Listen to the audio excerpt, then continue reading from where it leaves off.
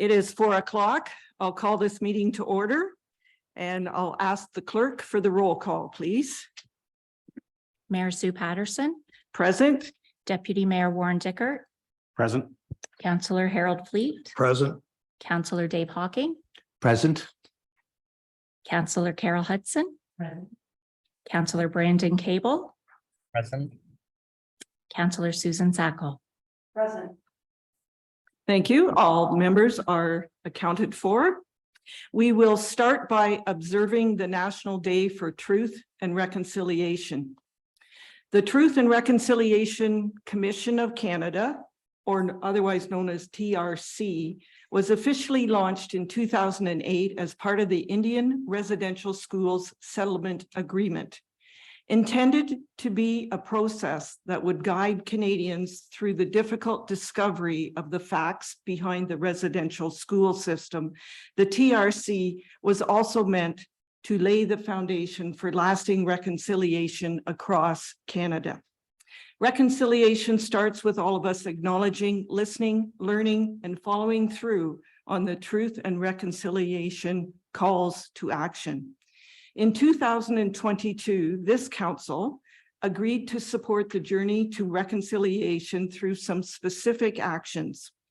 A land acknowledgement policy was unanimously supported, and we respectfully share the land acknowledgement statement prior to our council meetings and corporate events. As well, the Every Child Matters flag is flown outside the Civic Center. A moment of silence is observed during a council meeting, and we encourage staff and elected officials to wear orange in recognition of the National Day for Truth and Reconciliation, also known as Orange Shirt Day, on September 30th. Many of our staff have completed the 6 modules in the self-guided learning opportunity for National Day of Truth and Reconciliation, based on the Truth and Reconciliation calls to action provided by Human Resources Professionals Association. And now we'll have the land acknowledgement. As we work toward reconciliation with Indigenous people, we begin our meeting today by respectfully acknowledging that we are situated on the traditional territory of the Anishinaabe Nation, the people of 3 Fires, known as Ojibwe, Odawa, and Potawatomi nations. And further give thanks to the Chippewas of Saugeen and the Chippewas of Nawash, now known as the Saugeen Ojibwe Nation, as the traditional keepers of the land. Please join me in a moment of silence to honor the lost children and survivors of residential schools, their families, and communities.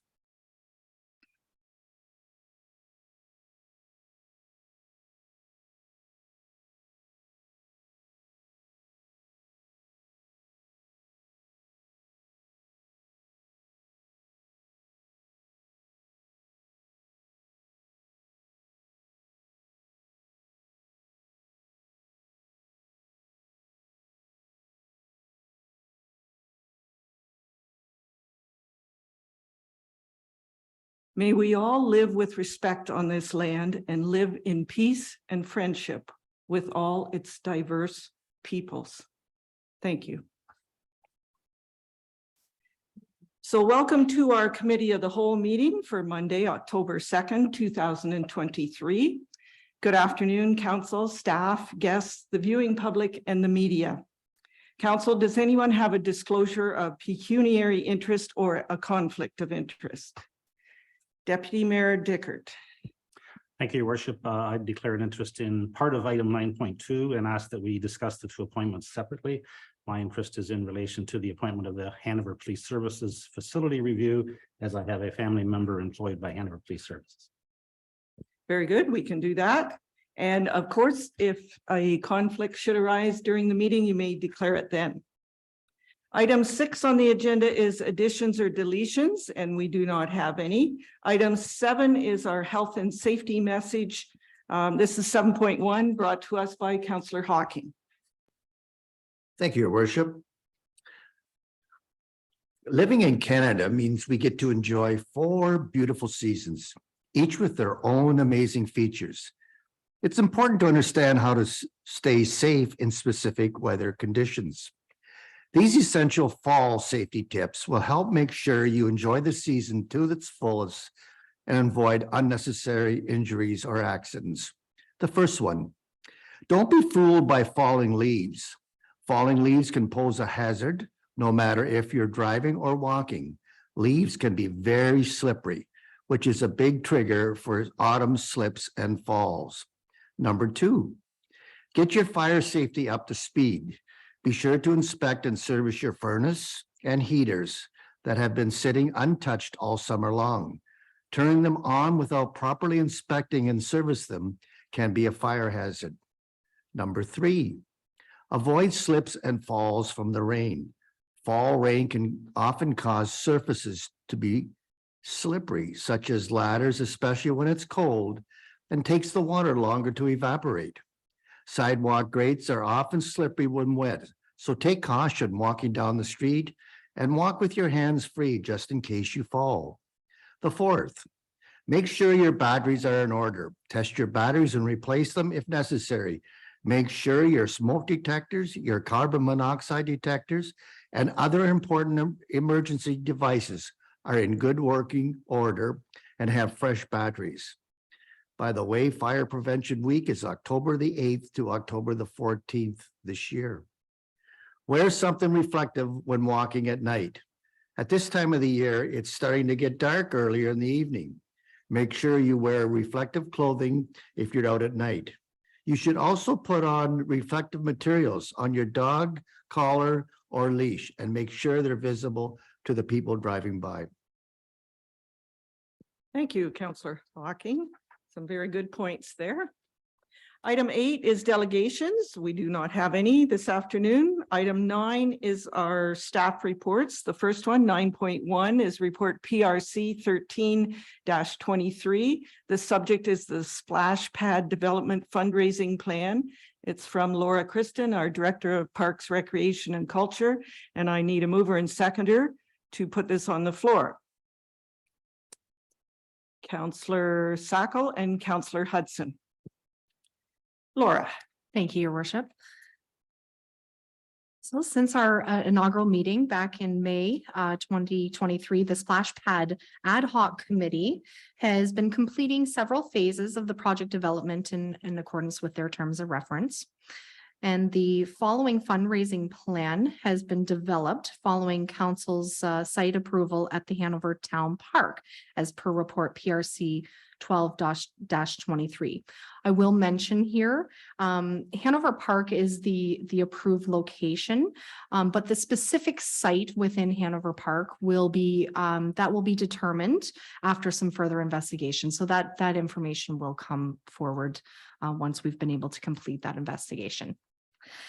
The Splash Pad fundraising plan that we've provided outlines that donor financial commitment as well as that recognition that goes along with that donation to complete the fundraising campaign. Each level offers a value appropriate recognition in order to hopefully attract donors to each category. The committee has identified a number of local businesses that could potentially also provide goods and services that would be beneficial for the project and are also seeking the approval to accept in-kind donations, which will target project costs, offset targeted project costs.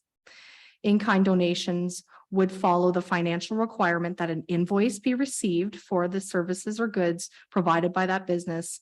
Payment is issued by the town, and in turn, that business can return the payment as their donation. So at the September 27th PRC Advisory Committee meeting, the following recommendation plan was presented and reviewed, and they passed a motion to present the plan for council's consideration. I'm not going to read each and every single one of the levels that we've provided, but I will make a couple of notes here. So if you note, the recognition does vary depending on the level, the amount. Obviously, the higher the amount, the more recognition. But I will point out that finance term, which is different for each of the levels. So extends from 5 years right down to due upon receipt. Each level does have some recognition, and that includes what we're calling various amenity naming opportunities.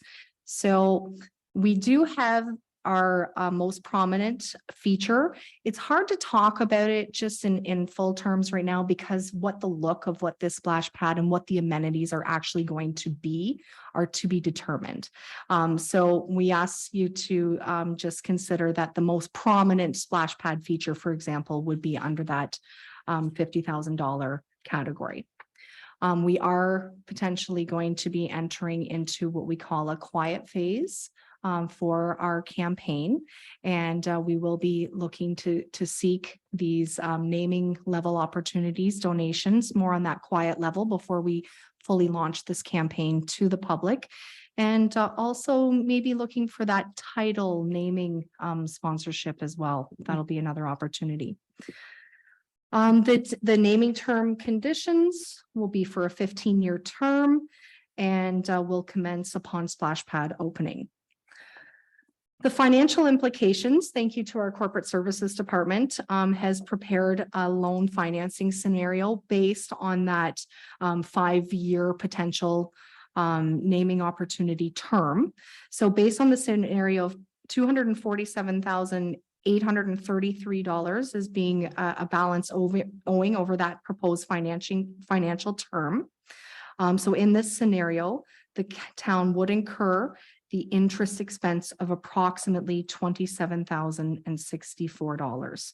Now, please note that this is based on a highest cost scenario, assuming that every pledge is paid off over the maximum kind of amortization period. However, pledges may be paid off earlier, and this would result in a reduction in that carrying cost. Also outlining there are planned to be some incidental administration costs such as copying and postage to implement the fundraising plan, and these will be covered through the PRC operational budget. So the recommendations before you this evening is that report PRC 13-23 splash pad development fundraising plan be received, and that council approve the fundraising plan for the splash pad project as detailed in the report. Thanks, Laura. So questions or comments? Councillor Sacco. Thank you, Your Worship, and thank you, Laura, for a very detailed report. I think your committee has worked really hard, and I like how you've laid it all out, but I do have a couple of questions, if I may. So first of all, how are you going to communicate this fundraising campaign to the public and to the businesses? So our first approach is to enter into that quiet phase where we will be doing some of those asks that are behind the scenes. And then we really haven't put a timeline per se on that because it will depend on the success of the quiet phase. Once that quiet phase, is getting where we're at the point where we're comfortable to launch it to the public. So I don't have a timeline for you yet to be determined. I was just wondering if you were doing it in person, if you were using social media, that kind of thing. Secondly, your strategy with your sponsorship levels goes down to supporter. So people in the general public who really want to see that splash pad might want to donate, but they won't want to be donating $1,000. How will you handle that, and how will they be approached? Through you, Your Worship. So yeah, absolutely. Donations of all sizes are accepted. The key is that at that level, the supporter level, at the $1,000 or above, in order to get onto that donor wall, that's where the distinguish between someone who's just giving, for example, $100. So in order to get on that donor wall, it would be that $1,000. If that answers your question, hopefully. My thought was, could you add supporter without any recognition on your chart? Maybe you don't want to do that, but I'm just thinking people that are looking at it might want to say, well, I want to donate, but I don't have $1,000 to donate. So through Your Worship, we are actually in the process of doing our marketing material right now as well. And it does state donations of every size is happily accepted, etc. Councillor Hudson. Okay, Other comments or questions? Deputy Mayor? Thank you, Your Worship, and thank you, Laura. When I go through if we were fortunate enough to get every one of those spaces filled, we would have about $328,000. Is that correct? And our target was 300. So will the other just go against the other capital cost of the project, or is there, I know at one point in time, we talked about trying to offset some of the operational costs going forward. Was that taken into consideration anywhere there?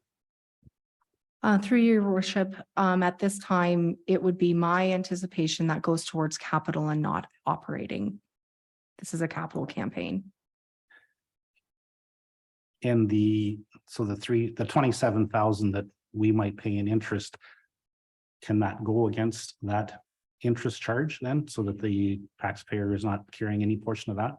Yeah, through your worship, that was discussed at the committee level, that is a responsibility as part of the committee's fundraising portion. Okay, thank you. Chris, go ahead, and then Councillor Hawking. To answer Warren Dickert's information, we had assumed $333,000 would have been the amount, with a $5,000 for silver on that as well, because they have 2 years to pay that. We assumed only one on that. And with that 333 commitment, you're only receiving $85,166, which means the town is putting $247,833, which means we've got to take it out of our bank account, which means we're losing the 27,000. So yes, that 333 all has to go to capital because of the extra amount that it's going to cost us to fund that 5-year pledging. Thanks, Chris. Councillor Hawking? Thank you, Worship.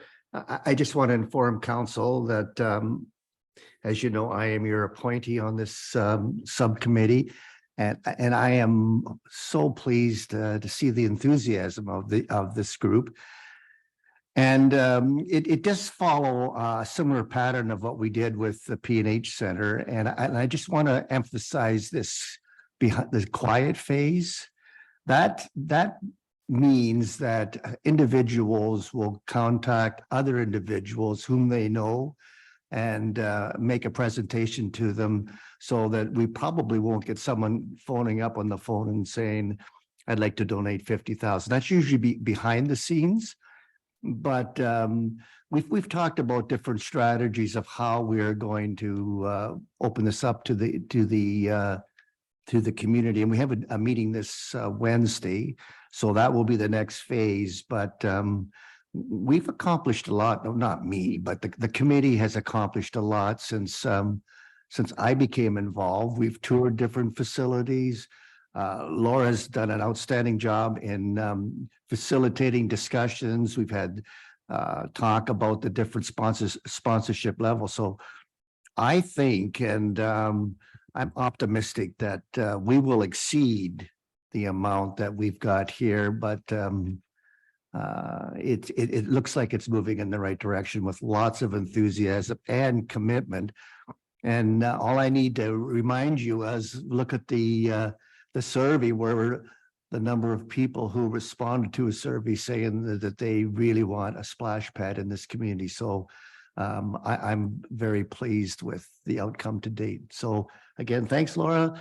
And you can hear more positive news as we move forward. Thank you. Thank you.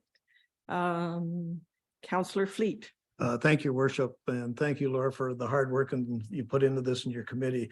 I agree with Councillor Hawking. I really feel the community is going to be behind this splash pad, and I think we're going to raise more money than we expect we're going to raise. So this is exciting. It's great for the community, and I just want to say thank you to you and your committee.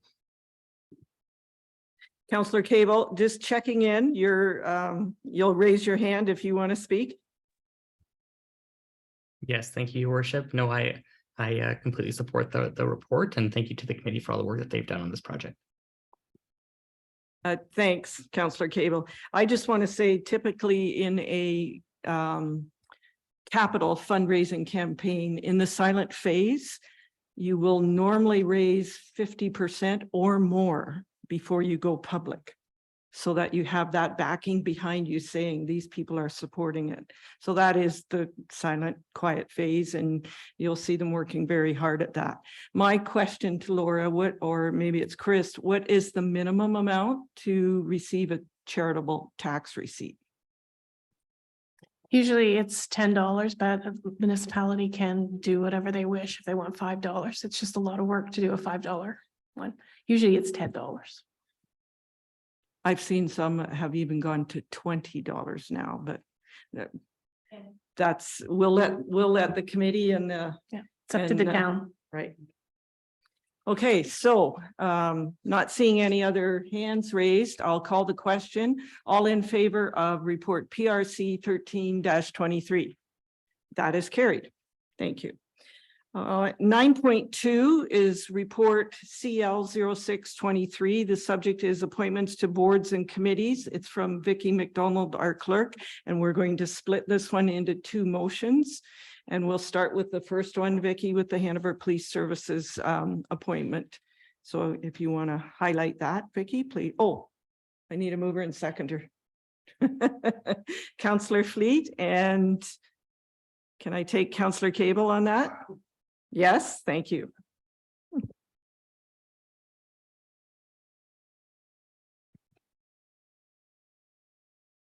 Hanover Council's procedural bylaw provides for the appointment of boards and committee members, either by resolution or by bylaw where necessary.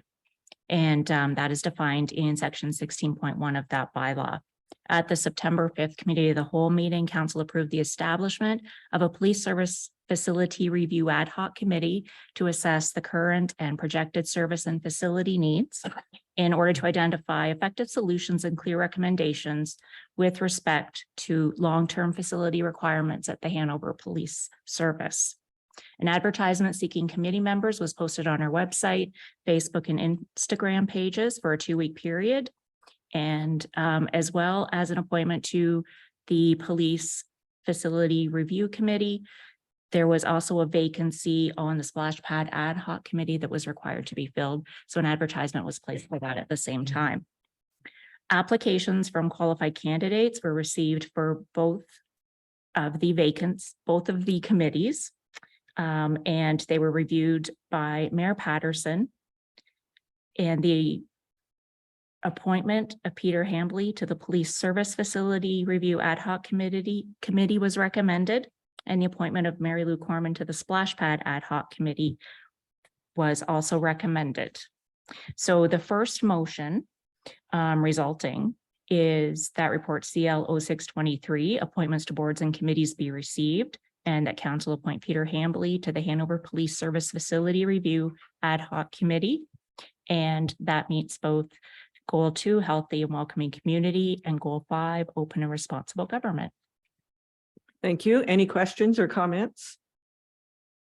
All in favor of that appointment? That is carried. Thank you. And now the second one, Vicky, for the Splash Pad Ad Hoc Committee. I need a mover and seconder, Deputy Mayor Dickert and Councillor Sacco. And I'll just read the second recommendation in that case. That council appoint Mary Lou Corman to the Splash Pad Ad Hoc Committee. Thank you. Questions or comments? All in favor? That is carried. Very good. All right, item 10 is correspondence requiring action, and we have one item. And this is a flag raising request from the Air Cadet League of Canada. It states Cadet Week 2023 will be celebrated in October with the official launch taking place at Queen's Park on Friday, October 6th. All squadrons are encouraged to plan their own celebrations and activities to mark this special time. And they have enclosed Cadet Canada flag. And we have the 812 Bucks Crossing Royal Canadian Air Cadets in our area. So any comments or questions? Further questions before we vote on it? I'd like to ask Vicky, do we just assume and we put the flag up for a week, or what's the best way to go about this? Through you, your worship, I have been in communication with Bucks Crossing 812 Squadron. And Cadet Week is October 2nd to 7th. And I'm suggesting that we proclaim August 2nd to 2nd as Air Cadet Week in Hanover, and that we fly the Air Cadet flag for that time period. With it to be brought down on October 10th. Okay, so say that again, raise it on when? So since we have the flag, we could raise it tomorrow and fly it to October 10th. And that covers Air Cadet Week. Okay, did the Or Air longer. Cadets want to participate? They asked that a picture be taken or let them to be notified so that we could have a photo provided to them. Okay, but they didn't want to come, anyone, They did not They're in indicate school. that, no. they're in school, so. All right, we can do that, so I need a mover and seconder if we're going to agree with this request. So I have Councillor Hawking and Deputy Mayor. Any further comments or questions? Good work looking after that, Vicky. All in favor? That's carried. Item 11 is reports and correspondence for information. And this is 11.1 is the Grey County Council and Committee of the Whole highlights. This is a new item on our correspondence, and it was suggested by a few members of this council. And we're going to take turns highlighting this, this correspondence when it comes from County Council after our meetings. So Deputy Mayor Dickert has volunteered to highlight this one, and I will volunteer to highlight the next one. Deputy Mayor. Thank you, Your Worship. And I think it is a good move on our part to bring everybody into the information that we do see at County Council. So for the September 14th meeting, I've just got some bullet points here. We approved the moving forward with site works for Rockwood Terrace, which is that's a pretty big project that the county is taking on for Durham. We supported the request to extend the Canada Emergency Business Account Loan repayment deadline, which was some of the COVID funding from the federal government.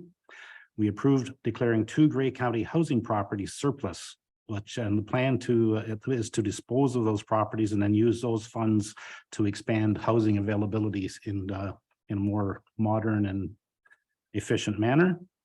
We approved recommendations from the Joint Accessibility Advisory Committee, which included the plans for our fire hall here in Hanover, as well as our website design. We reviewed the Grey County Paramedic Response Times Performance Plan. Just some of the interesting information that we got out of that presentation was an ambulance costs over $358,000 to purchase and equip. So anytime you see one of those ambulances going up and down the road, that's the investment in just the ambulance. That doesn't put the staff in it. So that was kind of a shock. Calls for service for the first 6 months of 2023 were 7,281. That volume has gone up 33% in the last 5 years, and they're expecting a 68% call volume increase in the next 10 years. They are implementing several programs to help with the volume of calls, and a couple of those are the Community Paramedic Home Visit Program, the Community Health Clinics, and the Supportive Outreach Services, to list a few. The Supportive Outreach Services played a critical role in our downtown fire here a couple of years ago, and it's been a very popular service out of that. We approved a couple of subdivision plans. Grey County has once again been recognized as one of the intelligent communities, Smart 21 for 2023. And that's a prestigious acknowledgement of our area's progressive approach to business and lifestyles. We advise staff to present the 2024 budget proposal with council compensation to align with the P50 or middle of the comparators. They did a study of several comparator municipalities countywide, county size, and they've picked the middle of that range. Set the date and time for the annual inaugural meeting. It will be the first Tuesday of December at 5 p.m. and that is where the warden will be elected for the next term. Approve the implementation, and that is a change. Last time it was done actually just at a regular council meeting, and council wanted to make it more of a bit more fanfare, I guess, you would say, to recognize the position of warden, and so that's why it will be a meeting of its own. Approve the implementation of a new software system for the HR committee or for the HR department, and it's Ceridian will be the provider for that. Received a report on non-union compensation rates and approved setting the rates at the P50 or middle point of those comparators again for the non-union staff. Received a report on the cost of emergency shelter. It's estimated that for 2023, will we require 13,000 nights of emergency shelter across Grey County. Right now, a lot of that is supplied by the local motels, and it costs about $120 per night for a cost of just over $1.5 million. So we're looking at the possibility of a county-owned facility to help lower that cost. In the September 28th meeting, we discussed a notice of motion to assist Meaford with securing some land for an affordable, attainable housing project. We received the Grey Bruce Local Immigration Partnership Plan. That is to support attracting and retaining those looking to make Grey Bruce their home. And we approved the application for infrastructure funding to support the installation of 20 level 2 EV chargers at county buildings. That will be so that they can implement the electric vehicles for county use. And there will also be a couple there that the staff can use to kind of gauge how this might move forward in the future. So that is the high level of what happened in those two meetings. Thank you. Very good.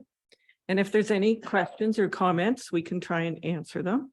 And if not, we can get back to you with the answers. Councillor Fleet. Thank you, Worship, and thank you, Deputy Mayor Dickert. $358,000 for an ambulance. How many ambulances would there be in the fleet of for the county? If just curious. I was thinking today I should find that out because I thought somebody was going to ask me that, but I honestly don't know. I don't know how many there are, but I would be guessing. So I can find out, though. It's an easy enough number to find out. I just don't have it at my fingertips. Yeah, that'd be very interesting at that cost. So thank you. We'll also check into how many bases there are, because they're talking about building another one, because they do the reports and show you the areas where it's lacking, right? They do a circumference and the ambulances get shifted. If there's a call here, these ambulances move over here to cover. So there is I don't want to say a dead spot. A spot that is not, covered, I should say. So, but yeah, we can look that up for you. So, very good. So, all right. Yes, please go ahead. I was just going to share with council, there's an opportunity to sign up for these e-newsletters from Grey County. I believe you just go, anyways, I can share the link, but you can choose what you want to be notified of. So if you're looking for reading material, you can receive these directly as well. And then it provides you some links to some other areas. They'll continue to be in the council package, but there's long-term care one, there's this one, trying to think of some of the ones I get. Anyways, I've signed up for a number of them and you just get notices every now and then, and it's a good way to stay informed for sure. I do want to ask, are you receiving the reports now, council? No? I just assumed you were, so, okay. We can fix that. If you want, so, all right, very good. I am, Councillor Hudson. Thank you, Your Worship. I just was wondering when you were going through the nights of shelter, the 120, so there must be a maximum length of time for a person to be have the housing provided for in a motel. Is there, did they bring that up at all? It varies it's a case by case basis. And I don't know that there's a hard number that they use. They work with anyone that's staying in the emergency shelter to try to move them into a more permanent situation, but there's not always something like that available. So I don't think they really have a hard number that they use to say, you've got 6 nights or 10 nights or whatever it is. It depends on the other circumstances and, is there family, young children involved in all of those good things. So it's a case by case situation. Because in just doing the math at $100 a night, 2 weeks, that's enough to pay for an apartment for a month. That's, $1,680. But there are no apartments. Right, but Yes. it's sort of a backwards situation. I think the last figure I heard in the spring, the county was paying $85,000 a month just for housing. So, because people can't sleep outside, it's too cold and, you know, so. And that's not just Grey County, that's all over Bruce County too. Like it's all throughout Ontario, probably throughout Canada, that we're in this situation where there's not enough housing. And we have cold weather. People can't live outside all year long. So. But go ahead, Deputy Mayor. Yeah, just want to point out, this is just the emergency housing. This isn't the county housing, because the county also has about 1,900 units, I believe, of rental units for people who they are assisting across the county as well. So this is just the emergency housing. The people who are finding themselves on the street for the night, and as the mayor has indicated, and through the winter months and things like that, or a family that absolutely needs a place to stay for whatever reason might be happening out there. Which is what's going to be happening in another month. Yeah. Councillor Cable. Thank you, Your Worship, and thank you very much for adding this item to the agenda. I think it's really good for us to hear what's happening at the county level. I just wonder, we know that affordable housing and housing insecurity is a huge issue across the province and the country, as you said. But I do wonder if at some point, perhaps county staff could come and present to council on kind of what's happening around affordable housing and temporary housing from the county lens, just so that we can get a better sense of the services that are provided within Grey County, as well as the town of Hanover. That's a good idea. I know it's been probably 2 years or 3 years. Oh, maybe not with the pandemic, but Anne Marie Shaw. She is the Director of Community Services, which covers the housing and social services. She came and spoke to us, so we could ask her again. So. Okay. All right. So item 11.2 is the Household Hazardous Waste Collection Event, which is on Saturday, October 21st from 10 in the morning till 2 p.m. It is at 70 14th Avenue here in Hanover, and that's our Public Works building in our business park. It's for residents of the town of Hanover and the town of Walkerton only. And if anyone wants to check, it's on this agenda or on the website. There's a list of acceptable items along with how it should be brought to Public Works, whether it's in boxes or, you know, just how to do it. So that's for information. Item 11.3 is the Downtown Improvement Area Annual Meeting and the regular meeting. Councillor Fleet. Thank you, Your Worship. DIA met on Thursday, August 17th for our annual meeting. I'll just go over some of the highlights. 2022 DIA financial statements and 2023 budget review was in financial statements. The 2-year end draft December 31st. The 2022 BDO financial statements were emailed to the DIA board for review. Budget copies of the 2023 budget were on hand, which included promotions, revenue, and expenses. Note our 2023 DIA budget was presented to council on Monday, January 13th, 2023 by JD Lyons on behalf of the board. An update of the DIA history and initiative information sheet was on hand. Other information might be interesting to the public. The Hanover Downtown Improvement Area mandate is governed by the province of Ontario Municipal Act, Section 220. And we are members of the Ontario Business Improvement Association. And that's annual report from the DIA.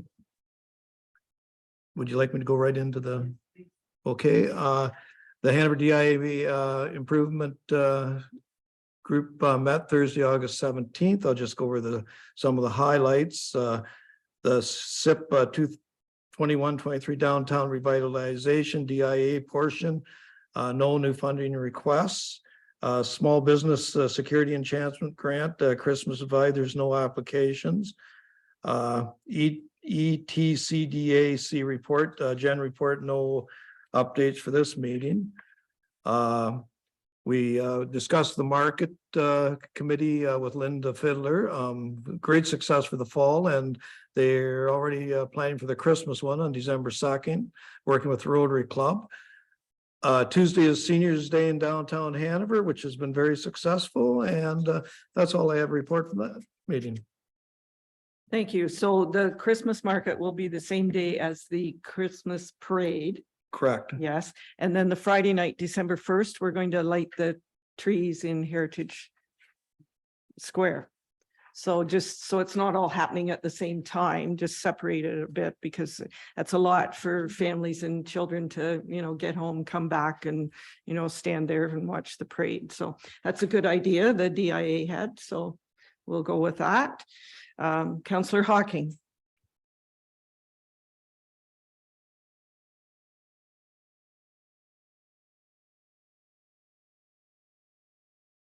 Right. Thank you. I'm just looking at the report. Thanks, Harold, for your report on August the 17th. I would like a splash pad. It says a splash pad is in discussions with grant application submitted, fundraising to begin, and will be placed at the 7th Avenue Town Park, period. I don't think by the river necessarily is accurate. So I don't want people to think that the splash pad is going to, I know what they're trying to say. It's as a geographic sort of context, but it's not by the river. It's in the park. So just so that's clear. Very good. We can do that. You can mention that. So. Okay. Item 11.4, again, this is for information, the Saugeen Municipal Airport Commission meeting minutes. Councillor Hawking. Thank you, Your Worship. We met as Wednesday, September the 13th at the boardroom. We had a delegation from Crystal Hyman, and for your information, Crystal is the chef at the Landing Gear Diner. She has been getting an increase in rentals, but unfortunately with the decor, some of the individuals are saying, I wish it was a different color, especially for weddings. So we're taking it upon ourselves through Crystal to do a reface of the or facelift, I guess is a word, of the Pilot Lounge, the boardroom. And Crystal is doing that on her own time, and we're assuming the cost no more than $1,000. We went into a closed session and back out again. And then we had actions coming from the minutes. We have a review of airport fees and measures, and that's ongoing. Code of conduct. We mentioned that it's going to be added to our the idea of discrimination, harassment, and bullying via social media will be added to our policy. We straightened out a water bill issue, and thanks to Ron Cooper. We were going to do some paving, but decided not to because it was beyond our budget.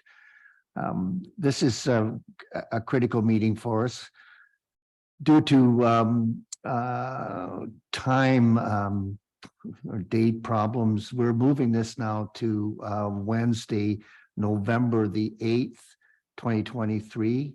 It is our second meeting on visioning for long-term economic development and tourist opportunities.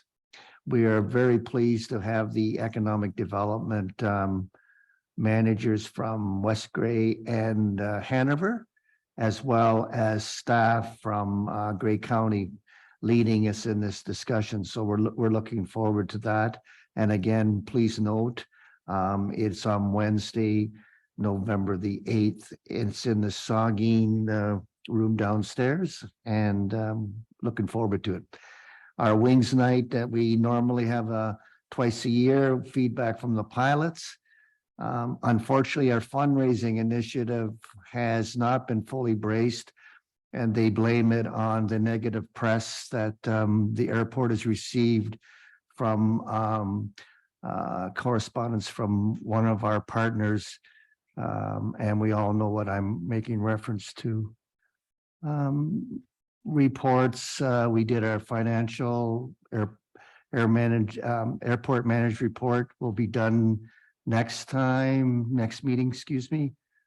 And that's basically it. We talked about the correspondence from Brockton. So I'm open to any questions. Thank you. I don't see any raised hands. So we'll move on to item 11.5. We have two sets of minutes from Saugeen Mobility and Regional Transit, otherwise known as SMART. Deputy Mayor Dickert, please. Thank you, Your Worship. Our May 16th meeting, just some highlights from that. Saugeen Mobility is working with Home and Community Sports Services to help with meeting their needs and for transportation. And we only do that in the municipalities that are members of Saugeen Mobility. So they were rides that we would likely be giving in any way. SMART's also working with the GTR, which is the Great Transit Route, to assist them with their AODA, the accessibility for Ontarians with disabilities requirements, as far as supplying transportation to people in that need. We continue to work on our menu of service options for members. Some want more service, others want less. We approved some major vehicle repairs, and if you were looking at the item on the budget deficit, that's $560,000 to $585,000 deficit that they mentioned is actually a result of some municipalities not paying their contribution yet, and also that money that we get from the gas tax, and I keep forgetting what they call that now, the Canada something fund, but no, what is it called now, Chris? It's still called the gas tax, provincial gas tax. The one you're thinking of is the CCBF. Okay, That's the one that the town receives from AMO gas tax. so is this still the gas tax? And that money will more than cover any deficit that we have there. So don't be alarmed, I guess, by those numbers is my message.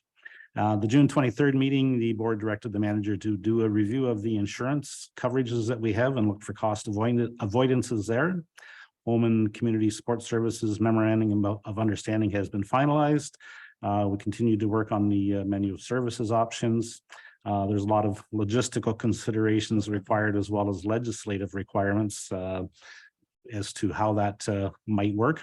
The board hopes to get input from each member municipality on what level of service they want. So that's something we will be bringing to this council table at some point in the future.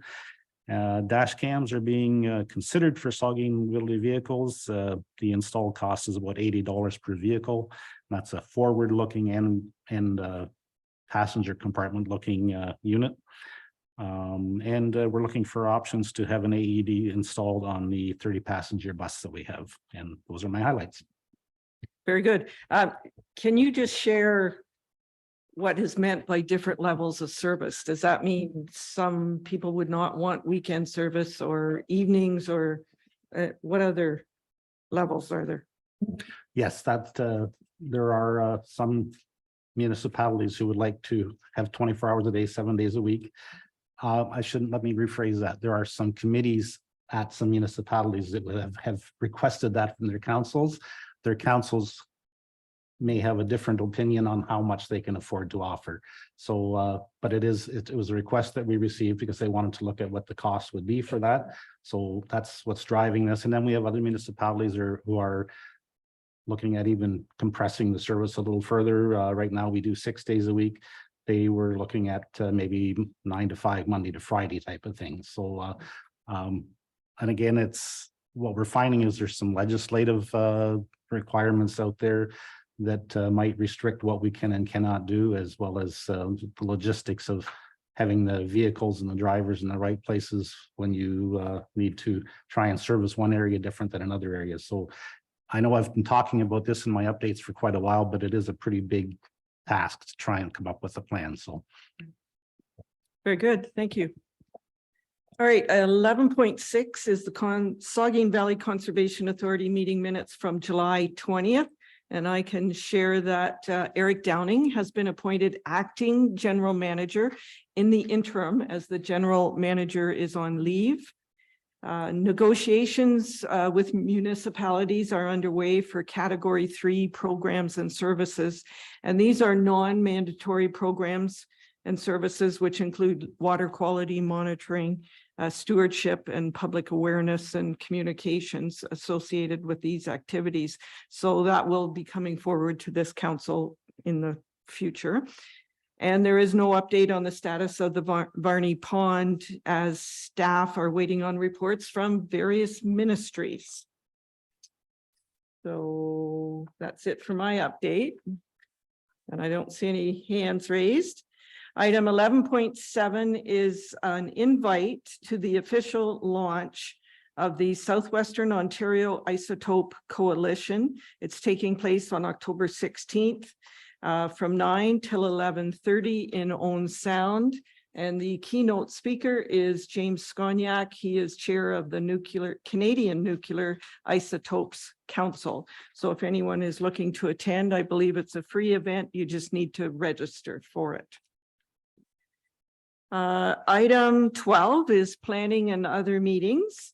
And I do want to note that there is a public meeting on Monday, October 16th. That's at 4 p.m. during our council meeting. And it is an official plan amendment and a zoning bylaw amendment to permit a financial institution and reduction in parking requirements at 1074 10th Street. And farther on the agenda, I just a couple of date changes. The Planning Advisory Committee meeting is meeting at 4 p.m. on October 10th, not at 10 a.m. And the Police Services Board meeting is on October 10th, not the 16th. So dates to remember and announcements. The next regular council meeting is October 16th at 4 p.m. The next Committee of the Whole meeting is November 6th at 4 p.m. Our municipal office will be closed on Monday, October 9th for Thanksgiving. The Mayor's Breakfast is October 5th at 7:30 in the morning at the Legion. Culture Days are from September 22nd to October 15th. And Local Government Week is October 15th to the 21st. And at this time, I'll ask if there's any notices of motion. Seeing none, we do not have a closed meeting, and I need a mover and a seconder to adjourn at 4:52.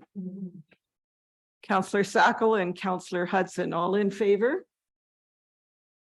We are adjourned. Thank you.